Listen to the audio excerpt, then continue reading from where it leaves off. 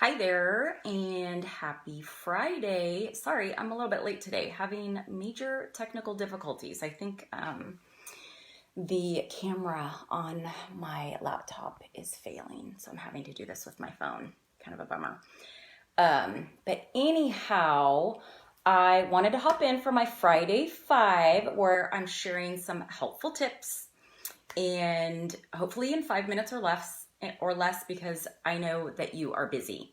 So last week, I mentioned that COVID article that had the study in it on microbiome health and different countries who seemed to do a little bit better because of their gut health. The mortality rate specifically, they seem to have a lower mortality rate and they seem to have a more diverse and better gut health. So I want to continue with that conversation about overall gut health and why it should be your child's top priority, or I should say your top priority when it comes to your child's health. Because there is growing evidence that suggests that the gut microbiome exerts, this is from a study, exerts influence over a range of developmental indices from cognition to anxiety to mood and sociability. So all of those things that we know are hugely important for growing children. So cognition, anxiety, focus, sleep, energy, mood, all of those are affected by gut health. And as parents, we strive to be the best parent that we can be. And that can be a tough job, when you have an unhappy or even an aggressive child. So microbes or bacteria are literally everywhere. They are on us, they're in us, they're on plants, in dirt, animals, air, water, everywhere. For us humans, microbes are found both internally and externally on our skin, in our mouth, saliva, eyes, but most of all in our colon. That's where the majority of our bacteria, and when we talk about gut bacteria, like that's where the majority of it is at. So it's really, if you think about it, it's just incredibly humbling, like what all our gut does. And that's why I keep I'm going to talk about gut health a lot.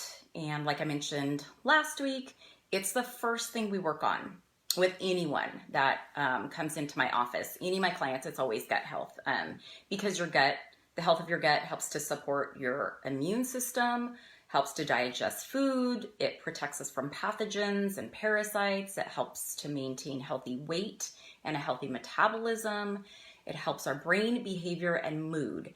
And for me, that's a huge part of my program and a huge part of how I want to help people in my program, because I know that a lot of you are dealing with kids who have come from hard places, and that's a term that's from TBRI, so I did not coin that term, hard places, but some of them have come from hard places. So, helping to support that brain and the behavior and mood is really, really important in my work.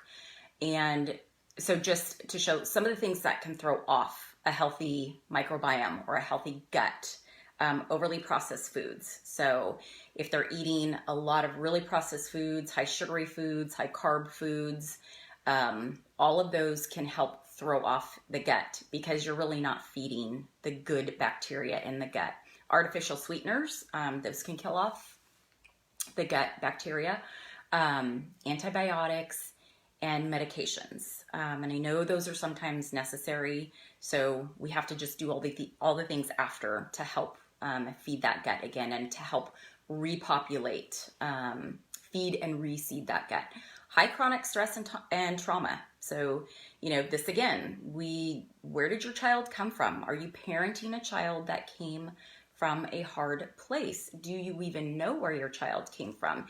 Babies who were born exposed to drugs, right off the bat, they need some gut support, and most likely they have had antibiotics when they were in the hospital and maybe in the NICU. So they really need that gut support, and especially if they're not getting breastfed, because mom's breast milk helps to feed that good bacteria. Have they had exposures to toxins and chemicals? Again, what kind of environment did they come from? So what do? First and foremost, we want to make sure that they are eating a variety of whole foods, and that can sometimes be hard, but we're just going to bring in and keep introducing them to as many whole foods as possible. We want them to get both prebiotic and probiotic foods. So what is the difference between a prebiotic food and a probiotic food? Prebiotic foods are not alive. What they do is they serve a really important role in feeding the gut bacteria. So they feed that good bacteria. Probiotics are alive. So those are when you go shopping and you're looking for fermented foods that are going to feed that gut.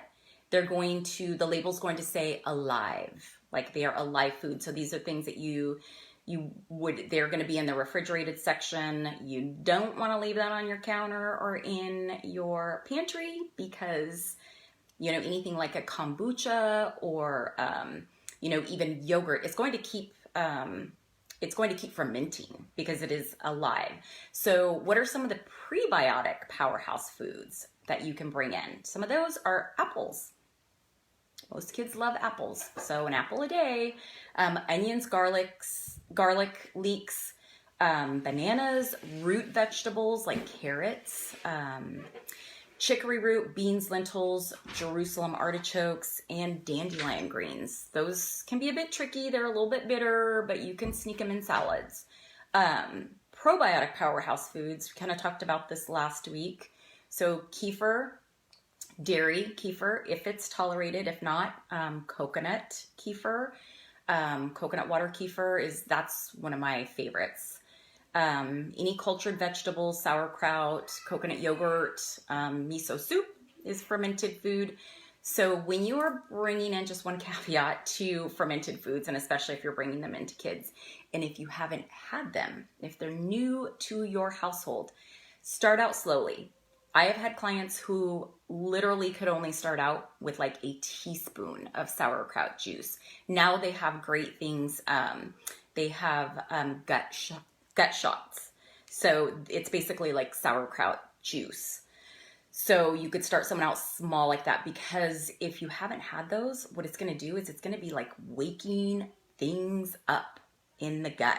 So things are coming alive again. So that's it for today. I want to challenge you to bring in one probiotic food, one fermented food, or one prebiotic food, like one new food to your family to introduce. So one new food. Please let me know how that goes. And I hope you have a fantastic weekend. And I will see you next week.